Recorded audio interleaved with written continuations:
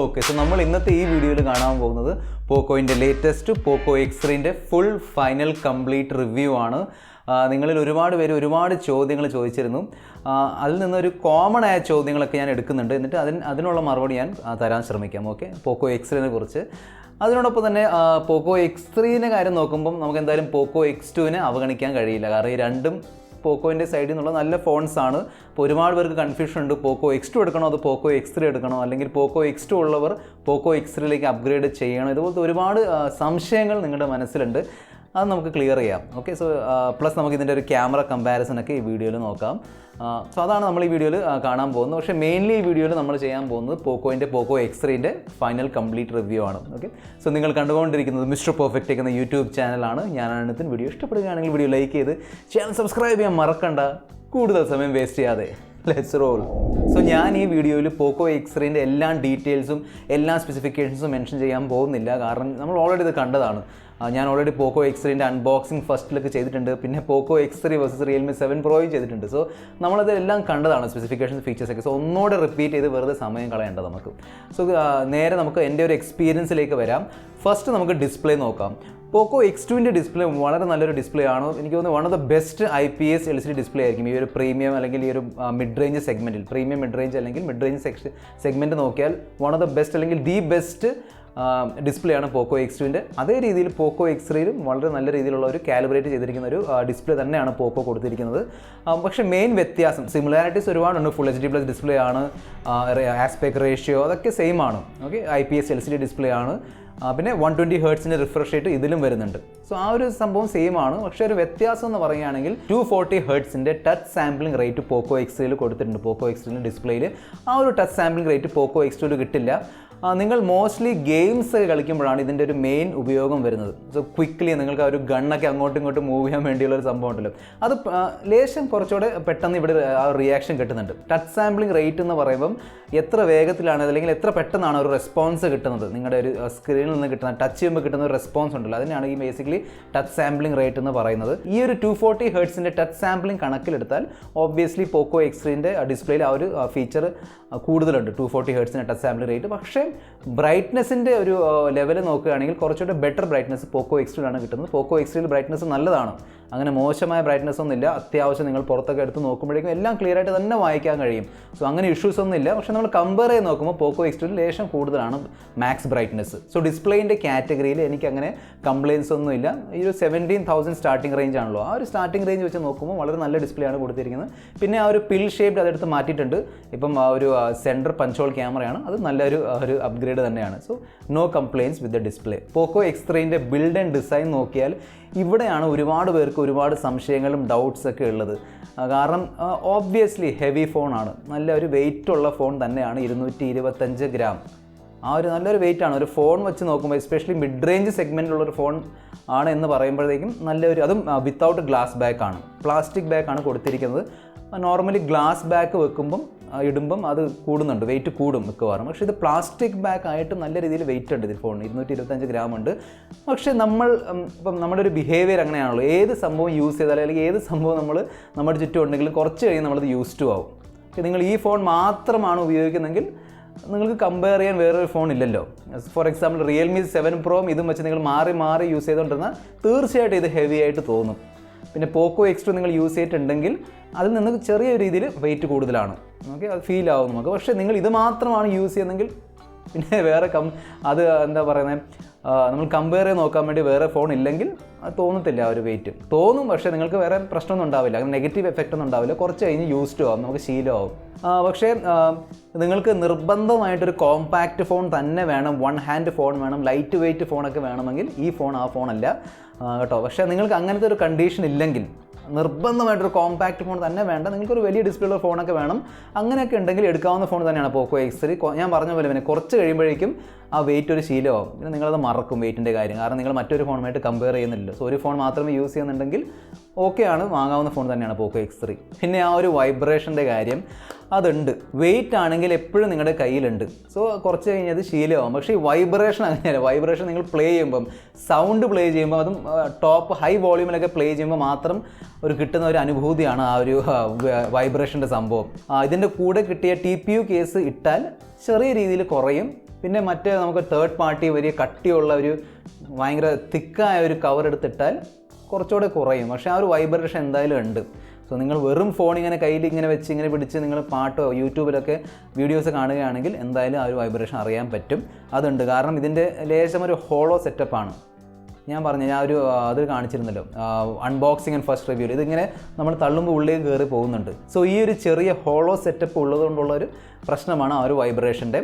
നിങ്ങൾക്കത് വലിയൊരു സംഭവം അല്ലെങ്കിൽ വാങ്ങിക്കാം പോക്കോ X3. എന്തുകൊണ്ടാണ് പോക്കോ അങ്ങനെ ചെയ്തത് എന്ന് എനിക്കറിയില്ല. പക്ഷേ പോക്കോ X3ൻ്റെ ഗ്ലോബൽ വേരിയൻ്റ് ഉണ്ടല്ലോ, പോക്കോ X3 NFC, അതിൽ ഷോർട്ട് അലൂമിനിയം ഫ്രെയിമാണ്, മെറ്റൽ ഫ്രെയിമാണ്. പക്ഷേ അത് ഇന്ത്യയിലേക്ക് വരുമ്പം ഒരു സാധാ പക്ഷേ മെറ്റൽ പോലെ തോന്നിക്കുന്ന ഒരു പ്ലാസ്റ്റിക് ഫ്രെയിമാണ് കൊടുത്തിരിക്കുന്നത്.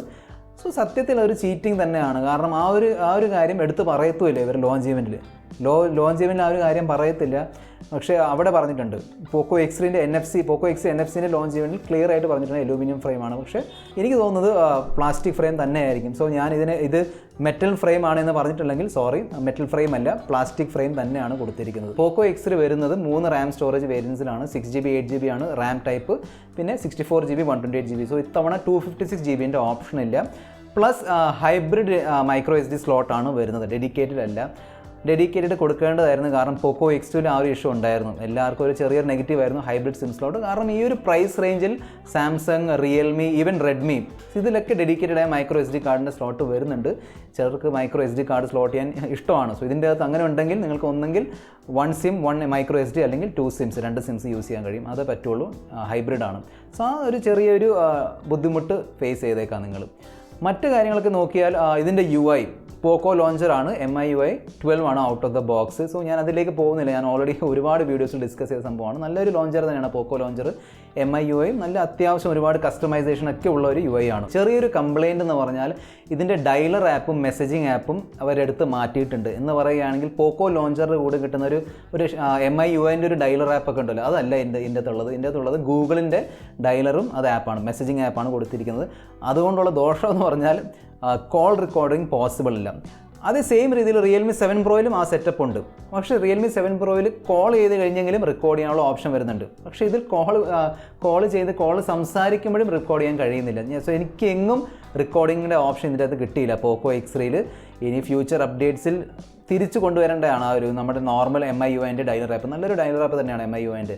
സോ ഒരുപാട് കോൾ റെക്കോർഡിംഗ് ഫീച്ചേഴ്സ് ഒക്കെ ഉണ്ട്. എന്തുകൊണ്ടാണ് അവരത് എടുത്ത് മാറ്റിയത് എൻ്റെ കയ്യിൽ അതിൻ്റെ ഉത്തരവില്ല. അത് പോക്കോൻ്റെ സൈഡിൽ നിന്ന് തന്നെ വരേണ്ട ഒരു ക്ലാരിഫിക്കേഷനാണ്. പക്ഷേ എനിക്ക് തോന്നുന്നത് ആൾക്കാരുടെ സൈഡിൽ നിന്നുള്ളൊരു ഇങ്ങനത്തെ ഒരു റിവ്യൂസും പിന്നെ ഫീഡ്ബാക്കൊക്കെ കിട്ടുമ്പം ചിലപ്പോൾ മിക്കവാറും ചേഞ്ച് ചെയ്യാൻ ചാൻസ് ഉണ്ട്. കാരണം പോക്കോ X2ൽ ഇപ്പോഴും അത് തന്നെയാണ്. പോക്കോ MIUIൻ്റെ സൈഡിൽ നിന്ന് വരുന്ന ഡയലർ ആപ്പാണ് പോക്കോ X2ൽ. സോ എനിക്കങ്ങനെ ഒരു കാരണം ഞാൻ കാണുന്നില്ല എന്തുകൊണ്ടാണ് ഇവിടെ വരാൻ പറ്റാത്തത്. സോ മിക്കവാറും പോക്കോ X3ലും വരുമായിരിക്കും, എനിക്കറിയില്ല. പക്ഷേ at present call recording possible അല്ല. ശരിക്കും പറഞ്ഞാൽ ഇതിൻ്റെ UIയിൽ നിന്ന് എടുത്ത് മാറ്റേണ്ട സംഭവങ്ങളായിരുന്നു ബ്ലോട്ട്വെയർസ്.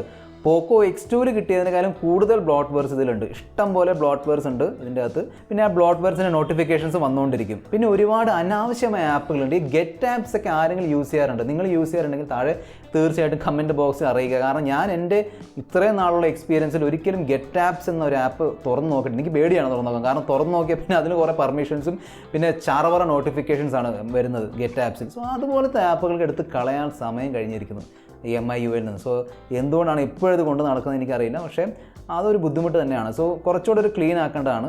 ഈ ബ്ലോട്ട്വെയർസ് ഒക്കെ എടുത്ത് മാറ്റുകയാണെങ്കിൽ നല്ലൊരു എക്സ്പീരിയൻസ് കിട്ടും പോക്കോ X3യിൽ നിന്നും. നോർമലി ഒരു ബഡ്ജറ്റ് സെഗ്മെൻറ്റിൽ കാണുന്ന ഷോമി ഫോൺസിലുള്ള പോലത്തെ ഒരു ആഡിൻ്റെ ഒരു പ്രശ്നം ഇതിലില്ല. പോക്കോ X3യിൽ കൊടുത്തിരിക്കുന്നത് ക്വാൾകോമിൻ്റെ പുതുപുത്തൻ 732G പ്രൊസസ്സറാണ്. പക്ഷേ അതുകൊണ്ട് അങ്ങനെ പുതുമ ഒന്നും വരുന്നില്ല. പുതുപുത്തൻ പ്രൊസസ്സറാണെങ്കിൽ അങ്ങനെ പുതുമ ഒന്നുമില്ല.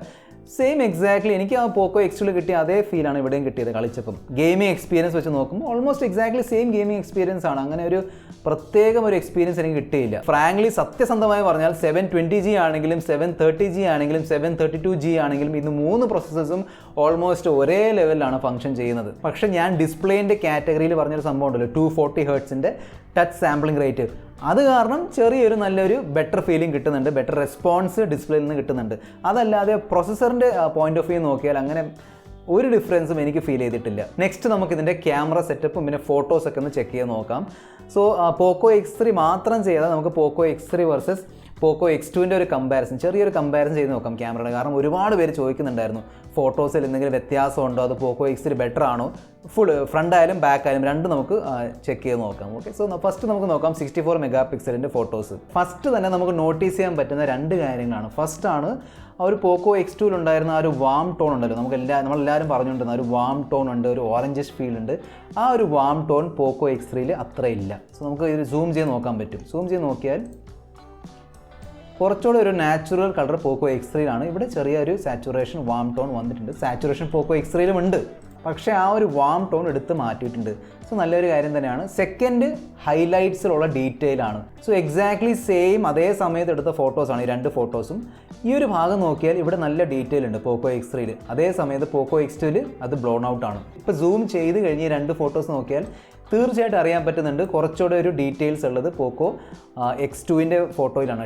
എസ്പെഷ്യലി ഷാഡോസിൽ ഡീറ്റെയിൽസ് ഉള്ളത് പോക്കോ X2ൻ്റെ ഫോട്ടോസിലാണ്. ഈ ഫോട്ടോയിലും സെയിം സംഭവമാണ്. ഇവിടെയുള്ള ഹൈലൈറ്റ് ബ്ലോൺ ഔട്ട് ആണ് പോക്കോ X2. പോക്കോ X3 അതിൽ ഡീറ്റെയിൽ ഉണ്ട്. ഇത് രണ്ട് ഫോൺസും വെച്ചെടുത്ത നോർമൽ ഫോട്ടോസാണ്. എനിക്കങ്ങനെ പ്രത്യേകിച്ച് വലിയ രീതിയിലുള്ള വ്യത്യാസമൊന്നും തോന്നുന്നില്ല. രണ്ടും വളരെ നല്ല ഫോട്ടോസ് തന്നെയാണ്, അങ്ങനെ ഇഷ്യൂസ് ഒന്നുമില്ല. രണ്ടിലും ഡീറ്റെയിൽസ് ഉണ്ട്. വളരെ നല്ല ഫോട്ടോസാണ് രണ്ടിലും സ്കൈൻ്റെ ബ്ലൂ ഒക്കെ നല്ല രീതിയിൽ തെളിഞ്ഞ് വന്നിട്ടുണ്ട്. അതേ രീതിയിൽ ഗ്രീനും നല്ല രീതിയിൽ തന്നെ ഹാൻഡിൽ ചെയ്തിട്ടുണ്ട്. സോ ഇഷ്യൂസ് ഒന്നുമില്ല, എനിക്കങ്ങനെ പ്രോബ്ലം ആയിട്ടൊന്നും തോന്നിയില്ല. രണ്ട് ഫോൺസിൻ്റെ നോർമൽ ഫോട്ടോസ് അടിപൊളിയാണ്. മാക്രോ ഫോട്ടോഗ്രാഫി നോക്കിയാൽ തീർച്ചയായിട്ടും പോക്കോ X2ൻ്റെ ക്യാമറ മച്ച് ബെറ്റർ ആണ്. ഇവിടെ പോക്കോ X3 നല്ല രീതിയിൽ ഓവർ സാച്ചുറേഷൻ നടക്കുന്നുണ്ട്. പിന്നെ ഒരു കളറൊക്കെ മാറ്റിയിട്ടുണ്ട്, റോസിൻ്റെ ഇങ്ങനെയല്ല കളറ്. പിന്നെ കുറച്ചുകൂടി ഡീറ്റെയിൽസും നല്ല ഒരു കാണാൻ കുറച്ചുകൂടെ ഭംഗിയുള്ളത് പോക്കോ X2ൻ്റെ മാക്രോ ഫോട്ടോസാണ്.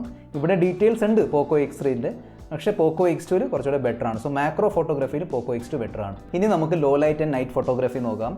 ഈ രണ്ട് ഫോട്ടോസും നൈറ്റ് മോഡിൽ എടുത്തതല്ല, നോർമൽ ഫോട്ടോസാണ്. രണ്ടും നല്ല ഫോട്ടോസ് തന്നെയാണ്, അങ്ങനെ ഇഷ്യൂസ് ഒന്നും എനിക്ക് തോന്നുന്നില്ല. ഡീറ്റെയിൽസ് ഒക്കെ പിക്ക് ചെയ്യാൻ നോക്കിയാൽ ചെറിയ അവിടെ വ്യത്യാസം കാണും, പക്ഷേ എങ്ങനെ ഓവറോൾ നോക്കുമ്പോൾ നോ ഇഷ്യൂസ്. ഇനി കാണാൻ പോകുന്ന ഫോട്ടോസ് എല്ലാം നൈറ്റ് മോഡ് ഫോട്ടോസാണ്. എനിക്ക് കുറച്ചുകൂടെ ബെറ്റർ ആയിട്ട് തോന്നിയത് പോക്കോ X3ൻ്റെ നൈറ്റ് മോഡ് ഫോട്ടോസാണ്. സോ ഈ ഒരു ഫോട്ടോ നോക്കിയാലും കുറച്ചുകൂടി ഡീറ്റെയിൽസ് ഉള്ളത് പോക്കോ X3ൻ്റെ നൈറ്റ് മോഡിലാണ് പോക്കോ X2 വെച്ച് നോക്കുമ്പോൾ. സോ ഈ ഒരു ഡിപ്പാർട്ട്മെൻറ്റിൽ, നൈറ്റ് മോഡിൻ്റെ ഡിപ്പാർട്ട്മെൻറ്റിൽ ബെറ്റർ ഫോട്ടോസ് കിട്ടുന്നത് പോക്കോ X3ൻ്റെ നൈറ്റ് മോഡിൽ നിന്നാണ്. രണ്ട് ഫോൺസും വെച്ചെടുത്ത അൾട്രാ വൈഡ് ഫോട്ടോസാണ്. ഒറ്റ നോട്ടത്തിൽ നോക്കുമ്പോൾ അങ്ങനെ വ്യത്യാസമൊന്നുമില്ല. രണ്ടും ഒരേ ഫോൺസിൽ നിന്ന് എടുത്ത ഫോട്ടോസ് പോലെയൊക്കെ ഇരിക്കുന്നത്, അല്ല അങ്ങനെ വലിയ വ്യത്യാസങ്ങളൊന്നുമില്ല. ഇവിടെ 13 മെഗാ പിക്സലിൻ്റെ ഫോട്ടോ ആണ് ഇത്, അല്ലെങ്കിൽ 13 മെഗാ പിക്സലിന് സെൻസർ വെച്ചെടുത്ത ഫോട്ടോ ആണ് X3. ഇവിടെ 8 മെഗാ പിക്സലാണ്. സ്റ്റിൽ അങ്ങനെ വലിയ വ്യത്യാസമൊന്നുമില്ല, ഓൾമോസ്റ്റ് എക്സാക്ട്ലി സെയിം ഫോട്ടോ ആണ് രണ്ടും. സെൽഫി ഫോട്ടോസ് എടുത്ത് നോക്കിയാലും ഹൈലൈറ്റ്സ് കുറച്ചുകൂടെ നല്ല രീതിയിൽ ബെറ്റർ ആയിട്ട് ഹാൻഡിൽ ചെയ്യുന്നത് പോക്കോ X3ൻ്റെ സെൽഫി ക്യാമറയാണ്, അല്ലെങ്കിൽ പോക്കോ X3ൻ്റെ സെൽഫി ക്യാമറ ഓപ്റ്റിമൈസേഷൻ ആണ്. ഇവിടെ ബ്ലോൺ ഔട്ട് ആണ് ഹൈലൈറ്റ്, ഇവിടെ നല്ല രീതിയിൽ ഡീറ്റെയിൽസ് കാണുന്നുണ്ട്. അതുകൊണ്ട് തന്നെ ഫേസിൽ കുറച്ചുകൂടെ ലൈറ്റ് ഉള്ളത് പോക്കോ X2-നാണ്. പോക്കോ X3 ചെറിയ രീതിയിൽ ഇരുണ്ടാണ് ഇരിക്കുന്നത് ഫേസ്. കാരണം എനിക്ക് തോന്നുന്നത് പോക്കോ X2 ഹൈലൈറ്റ് കൂട്ടിയാണ് കൊടുത്തിരിക്കുന്നത്, അതുകൊണ്ടാണ് ഇത് ബ്ലോൺ ഔട്ട് ആയിരിക്കുന്നത്. ഇവിടെ ഹൈലൈറ്റ് കുറച്ചുകൊണ്ട് ഫേസിൽ നിന്നും ആ ഹൈലൈറ്റ് പോയിട്ടുണ്ട്. ഇൻഡോർ ലൈറ്റിംഗ് കണ്ടീഷനിൽ കുറച്ചുകൂടെ ബെറ്റർ ആയിട്ട് പെർഫോം ചെയ്യുന്ന X3 ആണ്. ഞാൻ പറഞ്ഞില്ല, ആ ഒരു ഹൈലൈറ്റ് നല്ല രീതിയിൽ ഹാൻഡിൽ ചെയ്യുന്നുണ്ട്. അവിടെ ആർട്ടിഫിഷ്യൽ ലൈറ്റ് ഒക്കെ ഉണ്ടെങ്കിൽ കുറച്ചുകൂടെ ബെറ്റർ ആയിട്ട് ഹാൻഡിൽ ചെയ്യുന്നുണ്ട് പോക്കോ X3 പോക്കോ X2 വെച്ച് നോക്കുമ്പോൾ. സെൽഫി പോർട്രേറ്റ് ഫോട്ടോസ് നോക്കിയാലും എനിക്ക് ഇഷ്യൂ ഒന്നും തോന്നിയില്ല. നല്ല രീതിയിൽ തന്നെ ബ്ലർ എഫക്റ്റ് ഒക്കെ വരുന്നുണ്ട്, അങ്ങനെ നോ ഇഷ്യൂസ്. രണ്ട് ഫോൺസും വെച്ച് എടുക്കാൻ പറ്റുന്ന മാക്സിമം 4K 30 FPS വീഡിയോസ് എടുത്ത് നോക്കിയാലും രണ്ടിലും വളരെ നല്ല ഡീറ്റെയിൽസ് ഉണ്ട്, അത്യാവശ്യം നല്ല ഡീറ്റെയിൽസ് കാണാൻ കഴിയുന്നുണ്ട്. പിന്നെ പോക്കോ X2-ലുള്ള ഒരു വാംത്ത് ഉണ്ടല്ലോ, അത് കുറച്ചിട്ടുണ്ട്. അത് ഫോട്ടോസിലും കുറച്ചിട്ടുണ്ട്, വീഡിയോയിലും കുറച്ചിട്ടുണ്ട് പോക്കോ X3. സോ അത് നല്ലൊരു കാര്യം തന്നെയാണ്, ഒരു വാംത്ത് എഫക്റ്റ് കുറച്ചിട്ടുണ്ട്. ബാക്കി ഡീറ്റെയിൽസിൽ അങ്ങനെ ഇഷ്യൂ ഒന്നുമില്ല, നല്ല രീതിയിൽ ഫോക്കസ് ഒക്കെ ഹാൻഡിൽ ചെയ്യുന്നുണ്ട്. എക്സ്പോഷർ ഒരു അഡ്ജസ്റ്റ്മെൻറ്റ് നല്ല രീതിയിൽ തന്നെ ചെയ്യുന്നുണ്ട് പോക്കോ X3. സോ അങ്ങനെ വലിയ വ്യത്യാസമൊന്നുമില്ല രണ്ടിൻ്റെ വീഡിയോസിൽ. ഓക്കെ, സോ നിങ്ങൾ ലെഫ്റ്റ് സൈഡിൽ കാണുന്നത് പോക്കോ X3ൻ്റെ സെൽഫി ക്യാമറയുടെ 1080p 30 FPS വീഡിയോ ആണ്. റൈറ്റ് സൈഡിൽ എക്സാക്ട്ലി സെയിം റെസൊല്യൂഷനുള്ള പോക്കോ X2ൻ്റെ വീഡിയോ ആണ്. ബെറ്റർ ആയിട്ട് എനിക്ക് തോന്നുന്നത് ബാക്ക്ഗ്രൗണ്ട് കുറച്ചുകൂടെ നല്ല രീതിയിൽ ഹാൻഡിൽ ചെയ്യുന്നത് പോക്കോ X3 ആണ്. ഇതിലെനിക്ക് കാണാൻ കഴിയുന്നത് പോക്കോ X3ൻ്റെ ആണ്. ആ ഒരു ബ്ലൂ ഒക്കെ കുറച്ചുകൂടെ റിയൽ ആണ്. ഇവിടെ ചെറിയൊരു വേറെ ഒരു കളറൊക്കെ കയറി വരുന്നുണ്ട് പോക്കോ X2ൻ്റെ. സോ പക്ഷേ സ്റ്റിൽ കാണുന്നുണ്ട്, ബാക്ക്ഗ്രൗണ്ട് വിസിബിൾ ആണ്, ഓക്കെയാണ്. പക്ഷേ കുറച്ചുകൂടെ ഒരു ബെറ്റർ ക്വാളിറ്റി വീഡിയോ എനിക്ക് തോന്നുന്നു പോക്കോ X3ൻ്റെ സെൽഫി ക്യാമറയിൽ നിന്നാണ് കിട്ടുന്നത്. സോ ഏത് ഫോണിൻ്റെ ക്യാമറ സെറ്റപ്പാണ് മികച്ചത്, അല്ലെങ്കിൽ ക്യാമറ പെർഫോമൻസ് ആണ് മികച്ചത്, പോക്കോ X3 ആണോ അതോ പോക്കോ X2 ആണോ? അങ്ങനെ എടുത്തു പറയാൻ പറ്റുന്ന വിന്നർ ഒന്നുമില്ല. ഞാൻ പറഞ്ഞ പോലെ ഡീറ്റെയിലിൽ ഇറങ്ങിയാൽ ചില കാര്യങ്ങളിൽ പോക്കോ X3 നല്ല ബെറ്റർ ഫീച്ചേഴ്സ് ഉണ്ട്. സോ ഞാൻ പറഞ്ഞില്ല, ഹൈലൈറ്റ് നല്ല രീതിയിൽ പോക്കോ X3 ഹാൻഡിൽ ചെയ്യുന്നുണ്ട്. ഡീറ്റെയിൽസിൽ ചെറിയ രീതിയിൽ കൂടുതൽ ഡീറ്റെയിൽസ് കണ്ടുവരുന്നത് പോക്കോ X2ൻ്റെ ക്യാമറയിൽ നിന്നാണ്. പക്ഷേ നൈറ്റ് മോഡ് ബെറ്റർ ഇവിടെയാണ്, ഷാഡോസ് ഇവിടെ ബെറ്റർ ആണ് ഹാൻഡിൽ ചെയ്യുന്നത് പോക്കോ X2ൽ.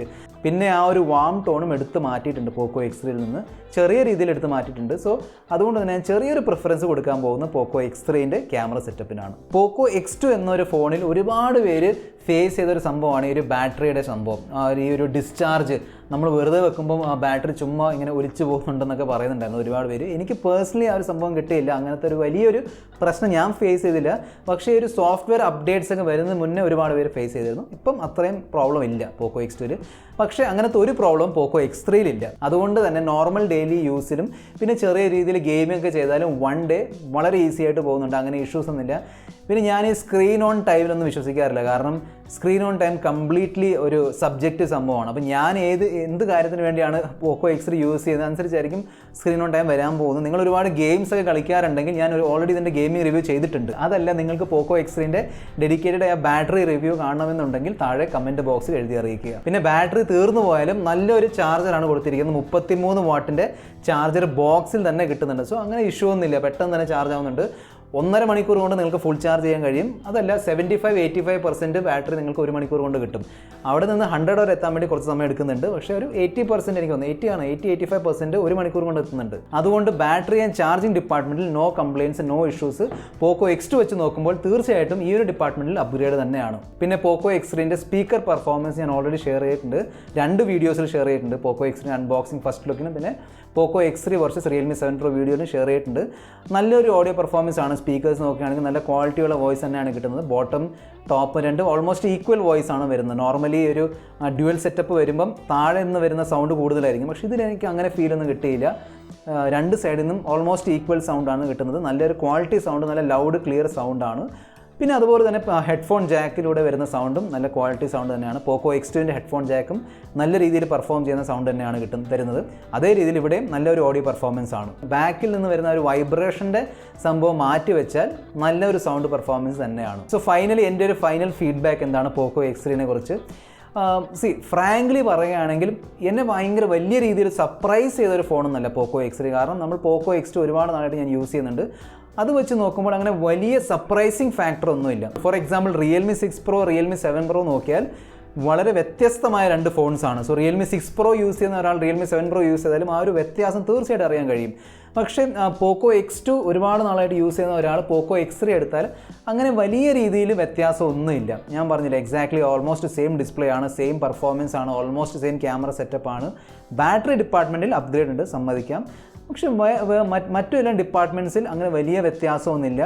പോക്കോ X3ൻ്റെ ബിൽഡ് വെറും മോശമാണ് എന്ന് ഞാൻ പറയുന്നില്ല. പക്ഷേ രണ്ടും കണ്ടാൽ തീർച്ചയായിട്ടും നിങ്ങൾക്ക് അറിയാൻ പറ്റും, കുറച്ചുകൂടെ പ്രീമിയം ഫീലും കയ്യിലെടുത്താലും കുറച്ചുകൂടെ പ്രീമിയം ഫീൽ കിട്ടുന്നത് പോക്കോ X2ൽ നിന്നാണ്. പിന്നെ ഈ കാര്യങ്ങൾ മാത്രമാണ് നിങ്ങൾ മിസ് ചെയ്യാൻ പോകുന്നത്.